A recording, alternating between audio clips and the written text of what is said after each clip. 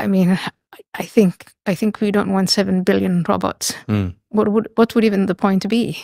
Yeah, well, people are made very uncomfortable with the idea that we don't have agency, that we're not in control in this way. But that was the big criticism that Christopher Hitchens made in the other direction. He said that God is a celestial dictator. God is somebody who is constantly surveilling you and watching you while you sleep and convicting you of thought crime and punishing you for even disobedience in your own mind.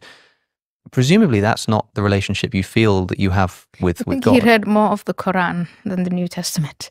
I did wonder, one of the things I wanted to ask you is, if you could sit down with Christopher Hitchens today, or go back in time and speak to him, what would you say to him? What do you think he was missing? I think we would tour the universities together in America, and we would look at what's happening to young people today. And we would look at the effect of saying what it is that they're seeking and they're opening themselves up to. And here I referenced Bertrand Russell when he wrote the essay, Why I Am Not a Christian, where he then really goes on to say, if Christianity were to disappear, we would have,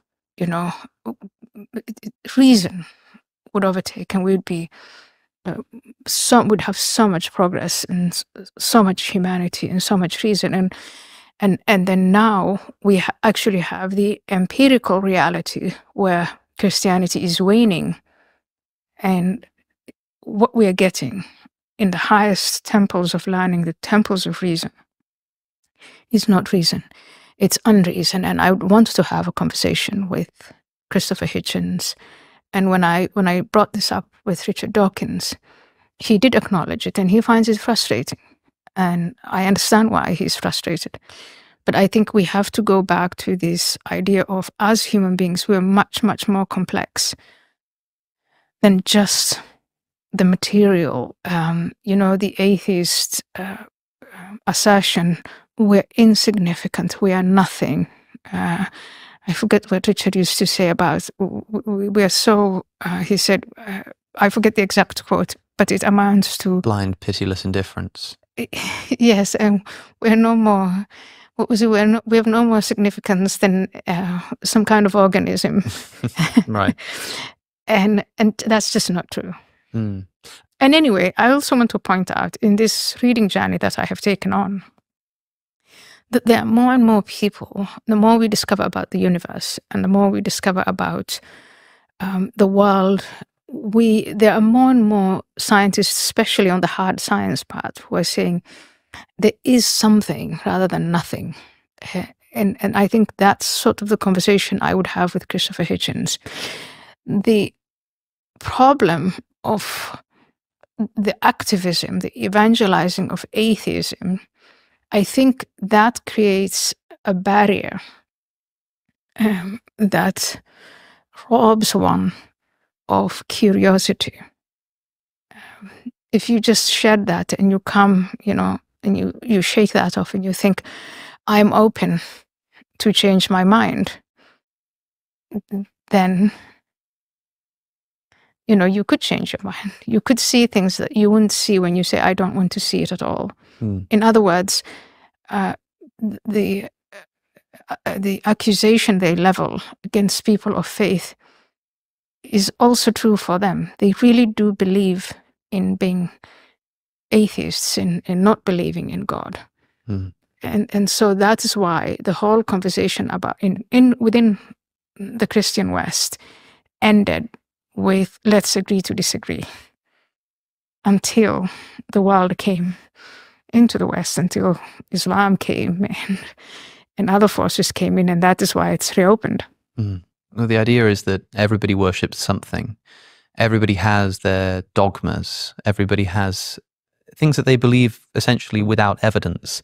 And the atheist message was always, we're people who analyze these questions. We're people who plug in those gaps in our knowledge. And if we can't justify something, we're not going to believe it.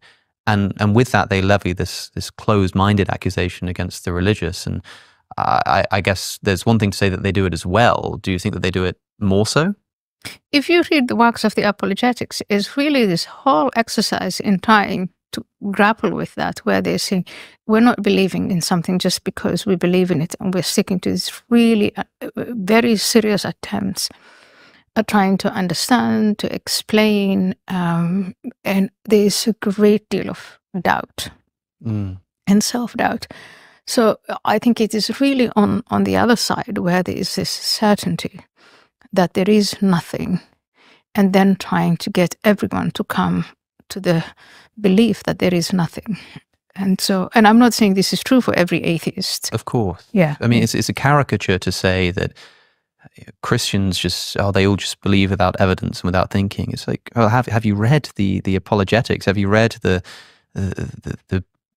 gallons of ink spilled over debating and trying to justify positions? Now, of course, atheists will say that, well, we do that too, and we do it better. But you're someone who's been on both sides of that. And I think when a lot of people, when atheists say, oh, Christians, they just believe it because their parents told them to, they're thinking of like their uncle at Thanksgiving.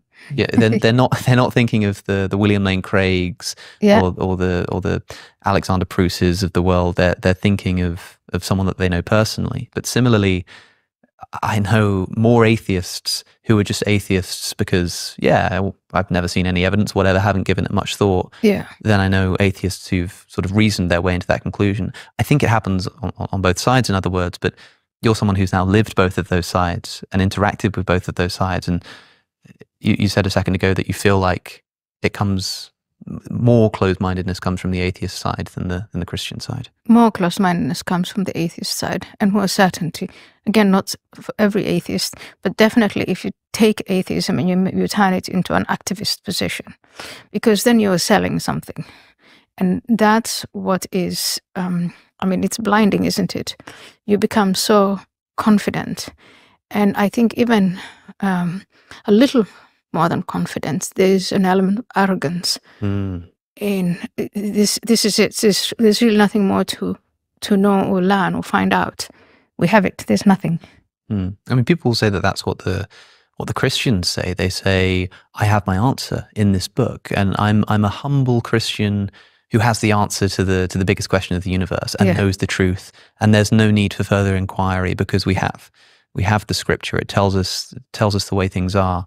I'm sure that's the case. I'm sure that's the case for a lot of Christians. And I have to tell you, on a personal level, it is wonderful to have the answer, to have this relationship with God, a God who's loving and whom I talk to and pray to and feel a sense of peace. But then on a more intellectual level, when you take the position, there is something. I think you are then much more involved mentally in proving or even finding out. The curiosity is very high. It's finding out, well, if there's something, what is it then? And where can I find it? So I think that opens up just a whole lot more in terms of learning and reading and finding out. And in the time that I became a Christian, I've also been approached by people saying, hang on, there is something, but it's not necessarily Christianity. It's something else. There is an energy, and people are giving it all sorts of names.